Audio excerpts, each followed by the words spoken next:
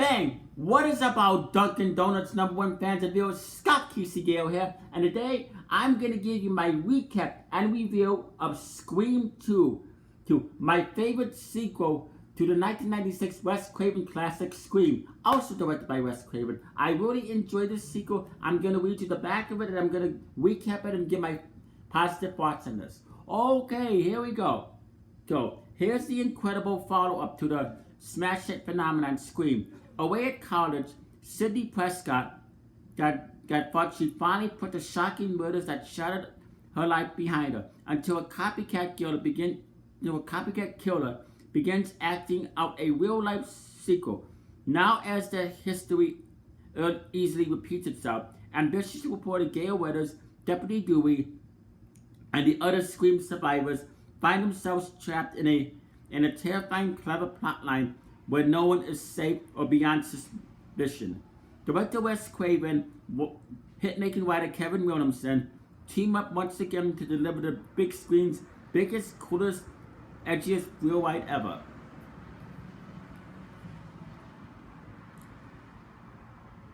Scream 2 is a 1997 American slasher film directed by Wes Craven and written by Kevin Williamson. It stars David Arquette, Neve Campbell, Courtney Cox, Sarah Michelle Gellar, Jamie Kennedy, Laurie Metcalf, Jerry O'Connell, Elise Neal, Timothy Olyphant, Jada Pinkett Smith, and Liv Schreiber. The film was released on December 12, 1997, less than a year after the first, by Dimension Films. As the second installment in the Scream film series, it was followed by 3 sequels: Scream 3, Scream 4, and Scream 5, which will begin filming in 2020. Scream 2 takes place 1 year after the first film, and again follows the characters of Sidney Prescott and the other Woodsboro survivors at the fictional Windsor College in Ohio, who becomes the target of a copycat killer using the guise of Ghostface.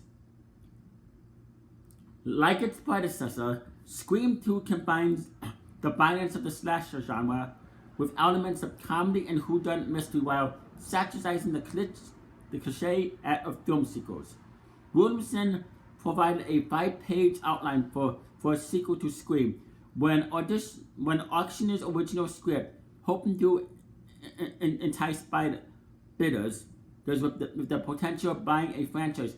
Following a successful test screening of Scream, the film's financial and critical success, Dimension moved forward with the sequel while Scream was still in theaters.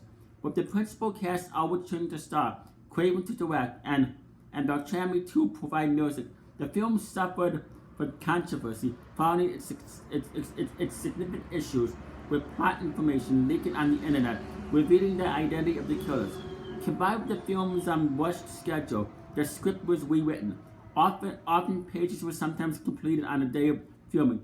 Despite these issues, Scream 2 earned $172 million at the box office, only $683,362 less than Scream, and received positive reviews from critics, some arguing that it surpassed the original in quality.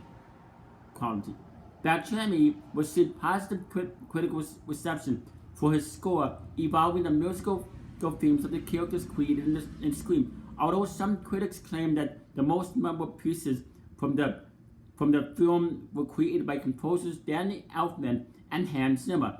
Elfman's contribution had been especially written for the film, but Zimmer's score for Broken Arrow was constantly used in this film for the character of Dewey Waddy, replacing Beltrami's own work.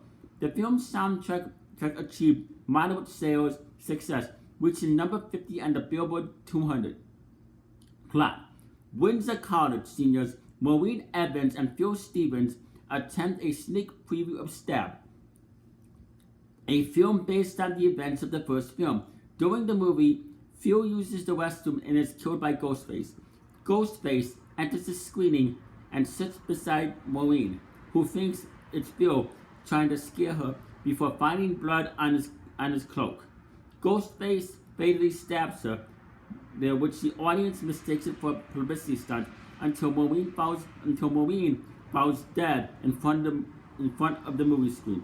The following day, the news media, including the local journalist Debbie South, descend on Windsor College, where Sidney Prescott studies alongside her best friend, friend Haley McDaniel, her new boyfriend Derek Feldman, fellow Woods Bowl survivor Wendy Meeks, and Derek's best friend Mickey Altieri. Two other Woods Bowl survivors arrive at the campus. Officer Dewey Wiley to help Sidney and reporter Gail Weathers to cover the case.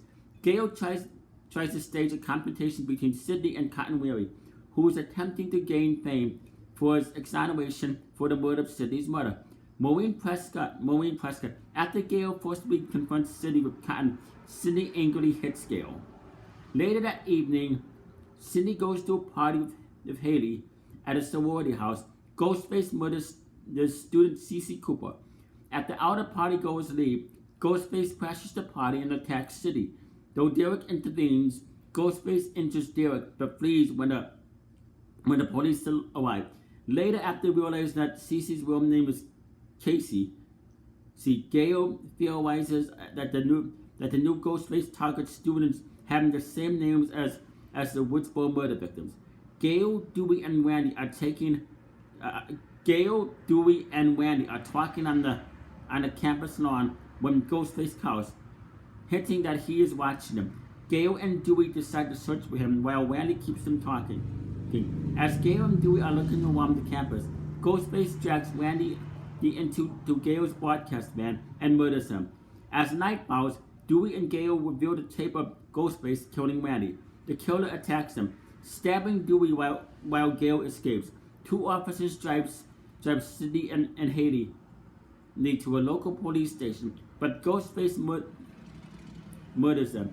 In the ensuing struggle, Ghostface is knocked unconscious, but soon revives and kills Haley, prompting Sidney to flee.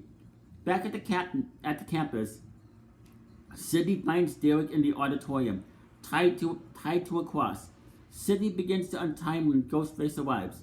The killer reveals himself to be Mickey and shoots Derek, killing him. Mickey tells Sidney that he intends to kill her and allow himself to be arrested so he can blame violence in movies for the murders at trial and be acquitted on the grounds of insanity. With the help of Alan